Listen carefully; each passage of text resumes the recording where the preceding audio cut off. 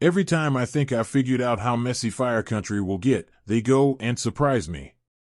The firefighter drama is back this week after taking a hiatus for Thanksgiving, and we enter the episode with Eve, Jules Latimer, begging Jake, Jordan Calloway, and Bode, Max the Riot, to get on the apps with her. The trio has been sulking and cooped up inside, and she thinks they need to get out there. There are only so many push-ups a person can do, man. Unfortunately, Jake is still in dad mode and only thinking about Jen's impending visit. Bode isn't ready to get back on the apps because he just broke up with Gabs, and she's barreling toward rock bottom of her current mental breakdown, so now is not a great time. Plus, Bode and Jake don't need dating apps when they could just repeat old mistakes and make their personal and professional lives so much more dramatic instead. We're getting ahead of ourselves. Aside from everyone's relationship status, we're stressed because Cam Casey, Jared Padalecki, is going to post his pass list, which will determine whether Bode will graduate from the Cal Fire Cadet program. Vince, Billy Burke, preemptively makes his special spaghetti sauce to celebrate. Sharon, Diane Farr, is on hormone replacement therapy and feeling like her old self again. What could possibly go wrong? Casey decides not to graduate Bode because he's still bent out of shape about the Eagle call. That leaves Bode with one last shift to try and change Cam's mind, so you know it's going to be a doozy. The dysfunctional crew is called out to the Edgewater Wheat Store, Dank account, because the alarm system has gone off. The apparently high security guard comes to greet Casey and Sharon to explain that he accidentally tripped the alarm, so Sharon leaves Casey and the cadets to reset it and check the building for any hidden fire. Surprise, there's no fire, but the security guard has a gun. He's not high, but stressed because he's holding up the store. He tripped the alarm to get the firefighters there and have them open the safe for him. So now we've got two maverick firefighters, Cam and Bode, and a wild card like Aubrey, Laven Rambin, locked in a room with a dude with a gun. Everyone here is going to make safe, thought-out decisions. I can feel it. Bode and Cam are tasked with breaking open the safe while Audrey sits with the Dank account hostages. She immediately tries to think of ways to break the zip ties she and the other hostages are tied up with and eventually finds a pair of trimmers in the employee lockers nearby. She would have gotten away with it too if Vince hadn't called Cam right as Audrey is cutting the ties off her co-hostages. Our robber gets enraged and shoots Audrey in the shoulder. He is shocked by the amount of blood. This is definitely this guy's first robbery rodeo, and it's a little embarrassing. Audrey getting shot ups the stakes. So naturally, Bode and Cam argue about who should tackle the gunman.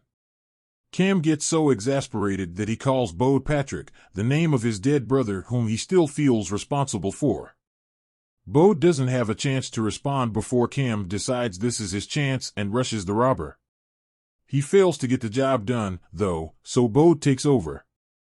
The gun goes off, and a bullet hits some sort of accelerant in the storeroom, starting an actual fire that brings Sharon and the rest of 42 back out to the weed store.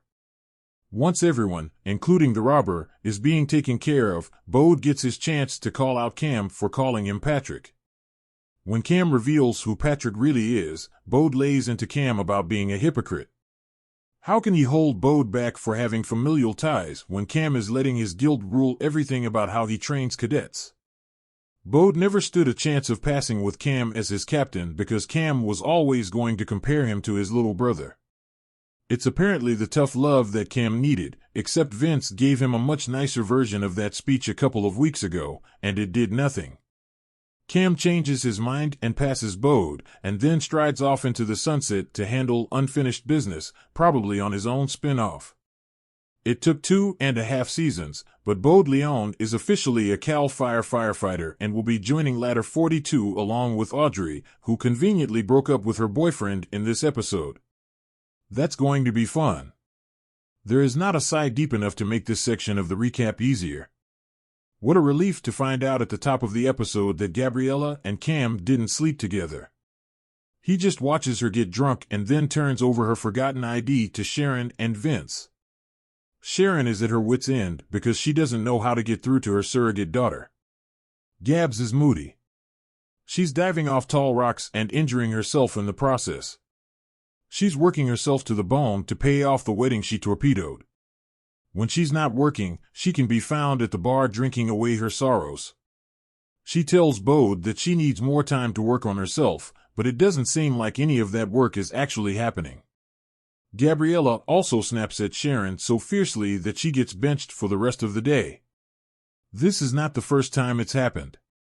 When Manny, Kevin Alejandro, gives Sharon the go-ahead to do whatever she would do to save Bode for Gabriella, Sharon goes snooping around the Airstream. She's looking for drugs or anything that can help her make sense of Gab's self-destruction spiral when Gabs returns with her takeout dinner. They have another blow-up and Gabs heads to the bar to blow off steam. That's where she finds Jake, who also isn't having a good time. He has his own spat with Vince when the senior firefighter advises that Jake take a firmer stance about how much time Jen is spending in Idaho. Jake doesn't want to be told what to do and how to raise his daughter, and that makes him extra salty when Vince turns out to be right. Billy wants to keep Jen and requests that Jake send her stuff to him. He's on the verge of losing his last connection to Kara and is not taking it well. I can sympathize with both of them, really. They are both going through it, but going through it is not enough of an excuse for your brain to melt and ooze out of your ears. At one point, they say they don't want to be like Vince and Sharon, which is nuts because they are the best married couple on TV. If that isn't enough to convince you that these two are not in their next mind, the following scene should be. What is worse than sleeping with your ex-situationship's boss who is about to leave town? It is sleeping with his best friend and now roommate, who is also your and your ex's boss. Jake and Gabs hook up in his truck in the Smokies parking lot like everyone they know doesn't hang out there on a regular basis.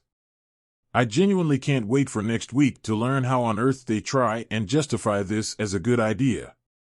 Yes, Bode is apparently already salivating over Audrey now that she's single, but we all know he isn't over Gabriella. He will never be over Gabriella enough to make it okay for Jake to hook up with her, even if she was Jake's girlfriend first. This is what I mean, even when you think you have a good idea of the mess Fire Country is going to serve up, they find even more diabolical ways to keep the drama running. The Fire Country fall finale airs next Friday at 9 p.m. Eastern Time on CBS. Episodes are available the next day on Paramount+.